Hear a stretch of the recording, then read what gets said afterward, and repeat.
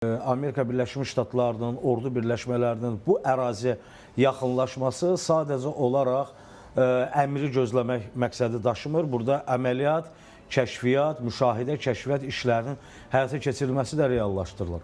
Və bu kiçik bir ərazidə bilirik ki, bu dünya yaxınlaşa bilərsiniz, əgər yaxınlaşmaq istəyirsə, buyurun, əlbəttə. Mən elə buradan bəzi məqamları çatdırmaq istəyirəm və istərdim ki, yəni, tamaşaçılar da bilsin, Avropa üçün bu nəfəslik hesab olunan ərazilərdən biridir. Çünki Avropanın bütün iqtisadi, yəni uzaq şərqdən, Asiyadan gələn bütün iqtisadi yükləri, iqtisadi, belə deyək, əməliyyatları, yük daşımalar bu ərazidən keçir. Böyük əksəriyyəti bu ərazidən keçir və bu ərazi də göründüyü kimi, yəni İranın belə deyək, qismən nəzarətindədir və yaxud da İran silahlarının atəş ərazisinə daxil ola bilir. Hesab edirəm ki,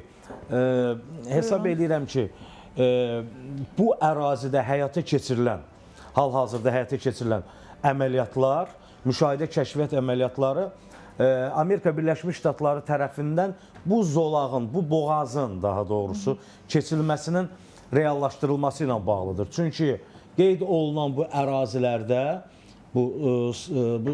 ərazilərdə İranın raket sistemləri yerləşdirilib ki, onlar quru dəniz boyunca nəzarət funksiyasına həyata keçirilir. Əlbəttə ki, Abrams adlı təyyarə daşıyan gəminin üzərində 70-ə yaxın, hətta deyərdim 80-ə yaxın müxtəlif təyinatlı döyüş təyyarələri dislokasiya olub, bu ərazidə dislokasiya olub, yerləşib və paralel olaraq əlavə köməkçi, dəstəkçi gəmilər var. Onlar bu ərazinin keçirilməsi üçün müəyyən əməliyyatlar həyata keçirəcəklər. Bir sözlə qeyd etmək istəyirəm ki, əlbəttə bu Amerika Birləşmiş Ştatlarının manevr tədbiri də ola bilər ki, İran diqqəti bu istiqamətə yönəltsin. Əvəzində isə Amerika Birləşmiş Ştatları deyək ki, İordaniya, İsrail və digər ərazilərdən İran ərazisinə uçuşlar həyata keçirərək və yaxud da raket zərbələri endirərək öz niyyətinə və hədəfinə çata bilsin.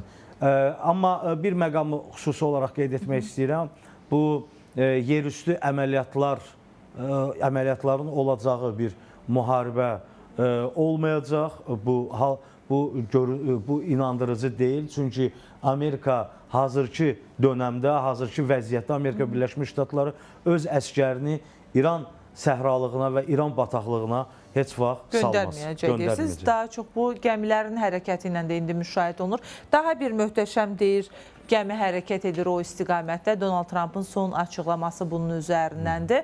Və bu deyir ki, İran kəşfiyyat dronları da burada uçur və Amerika Birləşmiş Ştatlarının addımlarını izləməyə çalışır. Nə qədər İranın bugün imkanları var ki, Amerika Birləşmiş Ştatlarının həmin o hərəkətlərini tam şəkildə izləsin? Əlbəttə ki, prosesləri izləmək, yəni döyüş birliklərinin, hərbi birləşmələrin yerinin dəyişdirilməsini İran yaxın ərazidən görə bilir. Həm radiolokasiya sistemləri vasitəsilə, aviasiya vasitələrinin, həm digər cihazlar vasitəsilə gəmilərin, hərbi gəmilərin və digər Amerikaya aid ola biləcək ehtimal olunan vasitələri, nəqliyyat vasitələrini müşahidə edə bilir. Amma paralel olaraq təbii ki, dronlardan daha çox istifadə olunur. Biz bilirik ki, İran son 10 ildə xüsusilə pilotsuz uçuş aparatlarının, yəni dronların yaradılması istiqamətində böyük layihələr həyata keçirilir və bununla bağlı Qərbin hər zaman etiraz açıqlamaları var. Ukrayna müharibəsi ilə bağlı demək olar.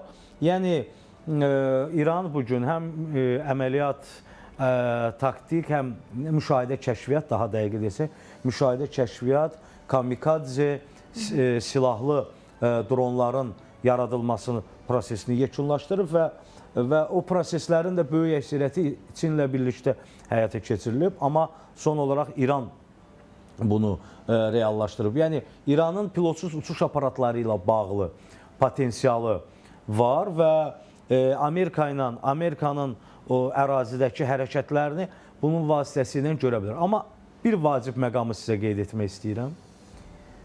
Bunu Amerika və kollektiv Qərb, yəni NATO düşərgəsi çox yaxşı bilir. Bu Çin və Rusiya faktorudur. İranın arxa cəhbəsi, Ruslar buna tıl deyir, daha aydın ifadə deyək. Yəni maddi təminat və digər məsələlərlə bağlı Rusiya və Çin faktorunu unutmaq olmaz. Yəni Rusiyanın və Çinin kosmik avadanlıqları, yerin süni peykləri vasitəsilə İran ərazisinin, İranın mühafizəsinin təmin olunması məqsədi ilə və müəyyən tədbirlər həyata keçirilir. Mən deyərdim ki, yəni görünən odur. İranın əldə etdiyi ABŞ ordusunun, Amerika Birləşmiş Ştatları ordusunun hərəkəti ilə bağlı, bütün tədbirləri ilə bağlı İranın əldə etdiyi operativ məlumatlar məhz Rusiya və Çinə məxsus kosmik avadanlıqlar tərəfindən. Yəni arxa planda əslində dəstək var deyirsiniz.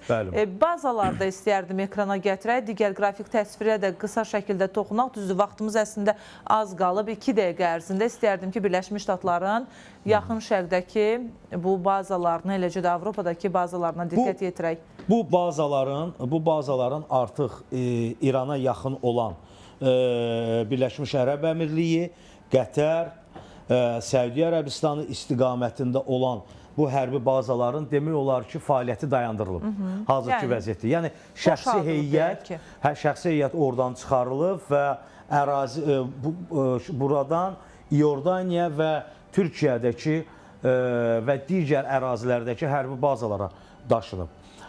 Əsas istiqamət isə nəzərdə tutulur İsrail və İordaniyada yerləşən bazalardan və bu bazalar vasitəsilə bir də Kipr ərazisində burada əsasən Böyük Britaniyanın bazaları yerləşir. Yəni deyirsiniz ki, biraz da tamaşaçılarımız üçün aydın olsun deyə Amerika Birləşmiş Ştatlarının Avropa və yaxın şərqdəki hərbi infrastrukturlarını hədəf alacağını deyən İran bu dəfə Birləşmiş Ərəb Əmirlikləri, Qətər, Bəhreyni hədəf ala bilməyəcək, daha doğrusu Səudiyyə Ərəbistan, çünki onlar artıq boşadılıb şəxsi heyət baxımından.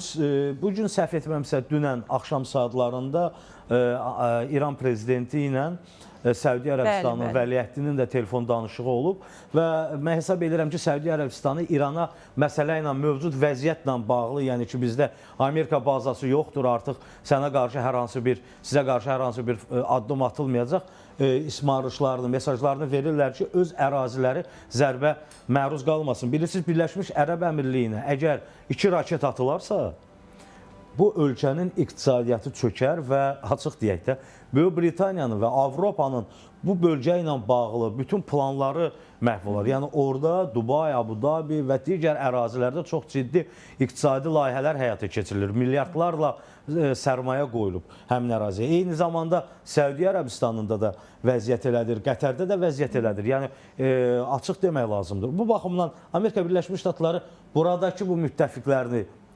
müttəfiqlərini qorumaq üçün, zərbə altına almamaq üçün bölgədən öz ordusunu çıxardıb. Amma İordaniya və İran arasındakı məsafə 1000 kilometrdir.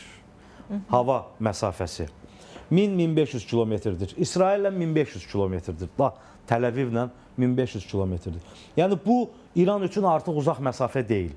Bu gün İranın əməliyyat taktik raketlərini çıxmaq şərti ilə digər Fəth sinifinə daxil olan digər raket kompleksləri bu ərazini asanlıqla hədəfə ala bilirlər. Yəni 2000-2500 kilometr məsafədə olan hədəf ala bilirlər və bir şeyi də unutmaq lazım deyil ki, bu yaxınlarda İran və Rusiyanın birgə layihəsi olan, yəni İranda istehsal olunan qitələr arası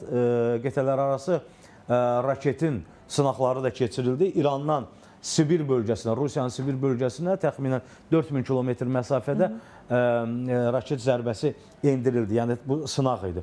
Bir sözlə İran həm özü, həm onun müttəfiqləri tərəfindən, Rusiya və Çin və digər müttəfiqləri tərəfindən Qərbə qarşı Amerika ilə döyüşə hazırlaşdırılıb, indiyə qədər hərbi texniki baxımından hazırlaşdırılıb və Amerika Birləşmiş Ştatları da əslində bunu bilir. Bu baxımdan müharibənin və bu döyüşün çox ağır olacağı artıq bəllidir.